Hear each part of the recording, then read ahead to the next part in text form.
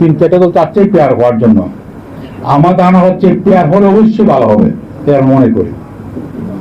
ইসলামী দলগুলো শুধু নয়, সব ছোট দলই লাভ হবে।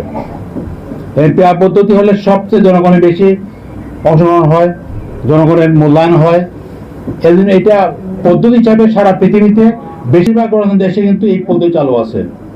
মুসলিম দেশগুলোর মধ্যে তুরস্ক, ইন্দোনেশিয়া, আলজেরিয়া সহ মেজর দেশগুলো চালু আছে। কাজেই মনে রাখা দরকার যে এটা আমাদের সাবকন্টিনেন্টেও শ্রীলঙ্কা, নেপালে চালু আছে। কাজেই পেয়ার পদ্ধতি যে আধুনিক পদ্ধতি, সবচেয়ে উত্তম পদ্ধতি সবাই স্বীকার করছে। তার সমস্যা আছে, কিছু সমস্যা সব জায়গায় আছে, তবে বর্তমান পদ্ধতির চেয়ে এটা অনেক ভালো, সমস্যা থাকার পরেও।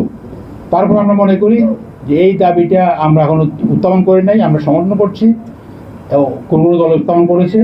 সামনে দিকে দেখা যাক। আমরা হয়তো মনে করছেন যে ভর্তিটা হবে, তো আমরা চাই যে আজ হোক কালে হতে হবে।